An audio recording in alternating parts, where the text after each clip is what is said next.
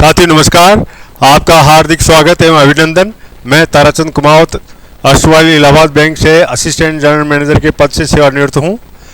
मैंने प्रतियोगी अभ्यर्थियों के लिए मेरे यूट्यूब चैनल पर एक चैनल बनाया है जिसका नाम है Hindi and English with Kumawat. इस पर मैं हिंदी व्याकरण एवं इंग्लिश ग्रामर के व्याख्यान लेकर आऊँगा, जिसे आप पढ़कर आत्मसात करके अपनी परीक्षा में अच्छी तैयारी कर सकेंगे। तो आइए आज मैं सबसे पहले हिंदी व्याकरण की क्लास शुरू करता हूं, जिसमें पारिभाषिक शब्दावली के टॉपिक को मैंने चुना है।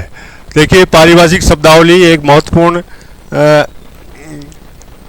पेपर का आपके परीक्षा का अंग है, जिसमें से बहुत सारे क्वेश्चंस पूछे जाते हैं और उसकी पूरी जानकारी न होने से हम जो है उसमें सही नहीं कर पाते हैं।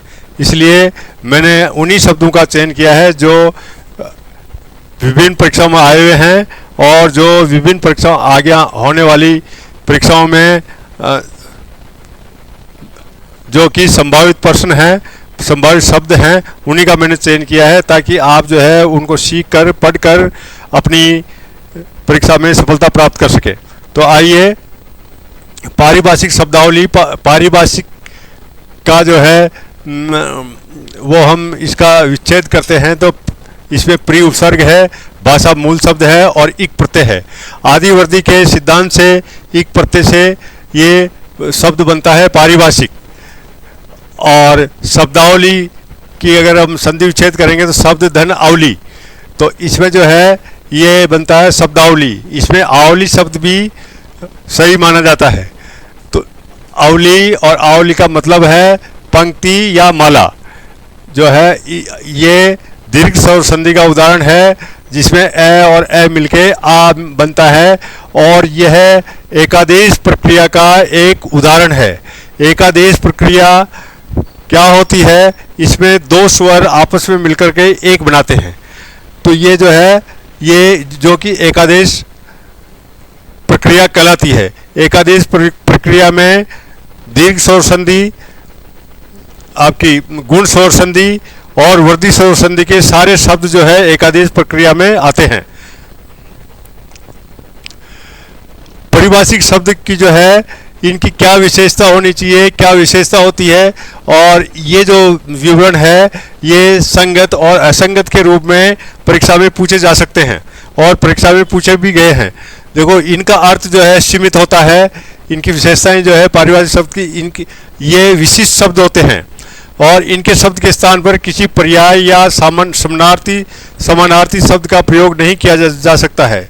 एक अर्थ को व्यक्त करने वाला कोई एक ही शब्द होता है। तो ये ध्यान रखें, इनको जो है आप इनको समझ लें, ताकि जो है इसमें थोड़ा सा भी बदलाव कि यहाँ जैसे नहीं आएगा तो वो असंगत कहलाएगा। तो इसलिए जो है ये परीक्षा की दृष्टि से बहुत ही महत्वपूर्ण है। अब आइए आप देखिए, सबसे पहले अमेंडमेंट का मतलब होता है संशोधन। जैसे अमेंडमेंट में जो शब्द काम में लिया जाता है कि या किसी एक्ट अधिनियम को जब संशोधन करते हैं संसद द्वारा, तब ये अमेंडमेंट या संशोधन हम शब्द प्रयोग में लाते हैं। इसी तरह से ऑथेंटिकेशन का होता है प्रमाणीकरण। एज्यूम का होता है ग्रहण करना। जैसे किसी पद को ग्रहण करते हैं या पदभार ग्रहण करते हैं तो वो एज्यूम कहलाता है। एपरेंट होता है प्रकट, और एपीजमेंट होता है तुष्टिकरण। किसी को जो है कुछ लालच दे करके हम जो है उसको खुश करने की, उसको जो है एपीजमेंट कहते हैं। एलोकेशन होता है नियतन। ऑथोरिटी के जैसे मैंने 4 शब्द यहाँ लिए हैं। ऑथोरिटी का इनके जो है प्राधिकार होता है। ऑथोरिटी का ही अधिकारी या विद्वान होता है। ऑथोरिटी का ही प्राधिकरण होता है और ऑथोरिटी का ही अधिकरण होता है। अधिकरण ट्रिब्यूनल को बोलते हैं। ये ट्रिब्यूनल को बोलते हैं अधिकरण, जो कि एक विशेष कोर्ट होता है। और अभिकरण जो है वो शब्द बनता है एजेंसी से। तो इसमें ये भी ध्यान रखिए कि करण में जो है हमेशा बड़ी ई की मात्रा यानी दीर्घ ही आती है, लेकिन यह है यहाँ ये एज इट इज रहेगा। उपसर्ग जो है एज इट इज रहेगा, क्योंकि यह संवैधानिक शब्द हैं और इसमें जो है हम कोई बदलाव नहीं कर सकते। अभिकरण, अधिकरण, ये ध्यान रखें। आज इतना ही, धन्यवाद।